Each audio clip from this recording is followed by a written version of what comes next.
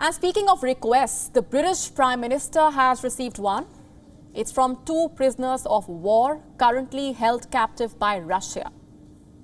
They have urged the Boris Johnson government to push Ukraine for a prisoner swap to exchange them in return for a pro-Russia politician who is currently under house arrest. Who are these captives? Where did they make this appeal? And how has 10 Downing Street responded? Our next report explores. From the videos I've seen online of Russian soldiers... The man you just heard is Aidan Aslin, a British national from Nottingham. In 2018, he joined Ukraine's armed forces as a Marine. For the last 50 days, he has been fighting to defend Ukraine, but a shortage of supplies forced his unit to surrender. Aidan is now a prisoner of war, and the Russians are using him for propaganda. On Monday, the Russian state TV, Rossiya 1, aired this video. It shows the soldier making an appeal to Britain's Prime Minister, an appeal to be exchanged for a pro-Kremlin politician being held in Ukraine. I think Boris needs to listen to what Oksana has said.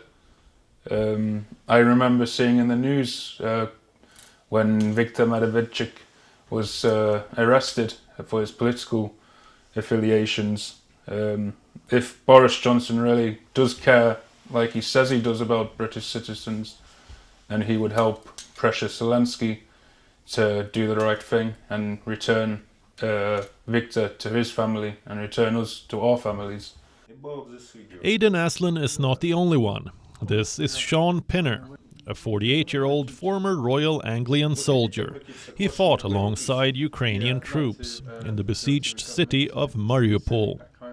He too was captured by Russia. He too is being used for state propaganda. Watch how. Mr. Boris Johnson, obviously I'm Sean Pinner. A lot's gone on over the last 5 or 6 weeks that I'm not fully aware of. Obviously I understand that Mr. Medvedchuk has been detained, and we look to exchange myself and Aidan Aslin for Mr. Medvedchuk. Obviously, I'd really appreciate your help in this matter and pushing this agenda.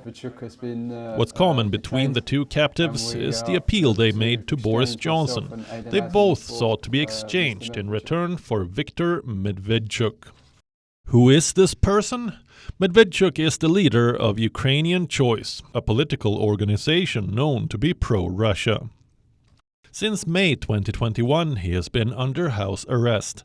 Ukraine is using him for its own propaganda.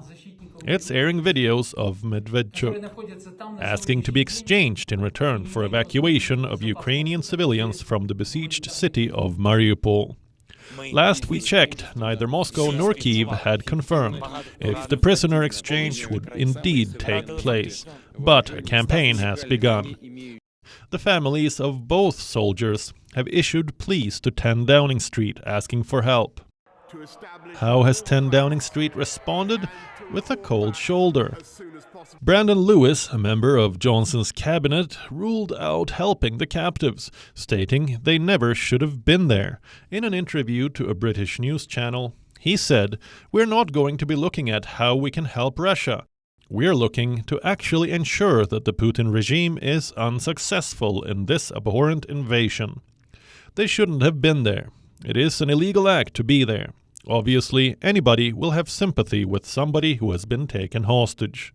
But we have got to make sure that we follow the proper processes." The minister's remarks have triggered fury.